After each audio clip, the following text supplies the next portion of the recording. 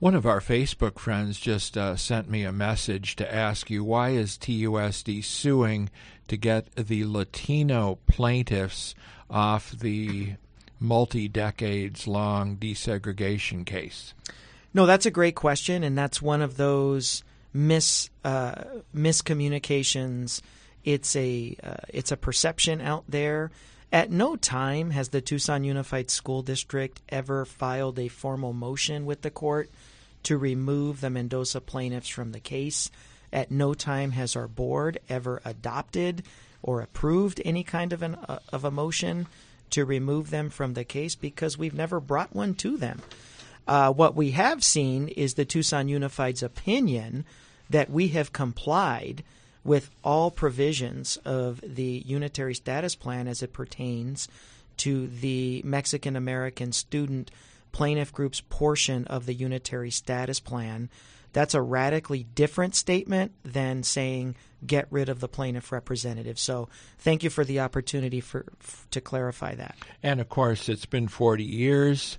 The TUSD was put under that federal desegregation court order.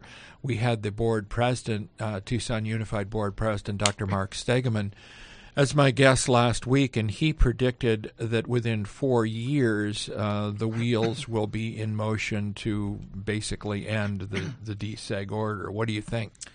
I agree. I think that's a relatively accurate time frame because here's how that breaks down.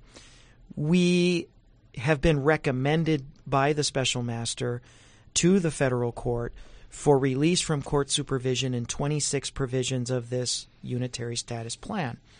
Okay, so we've also been assigned what are called completion plans, sets of tasks and responsibilities and programs we need to implement in the areas that remain under court supervision. We have the 18-19 school year to implement those plans, okay? Then the 19-20 school year becomes what's called a filing year, where we could file for unitary status. That process takes a year. Then you'll get a ruling probably at the end of the 19-20 school year. The ruling could be objected to by the plaintiffs.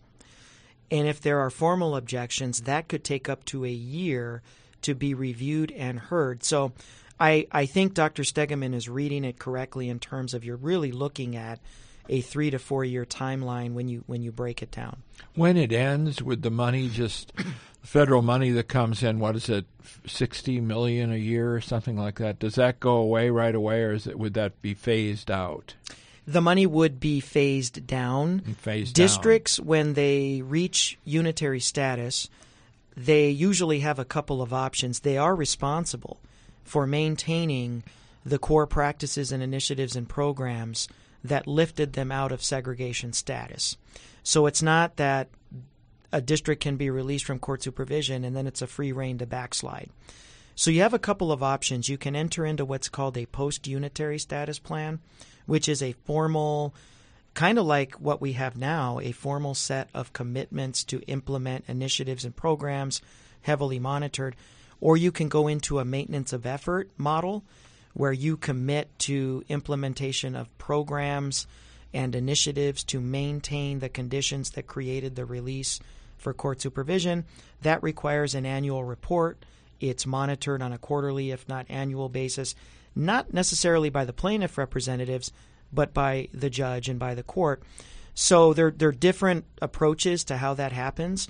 And ultimately, of course, our governing board will determine the direction on a post-unitary world for our district.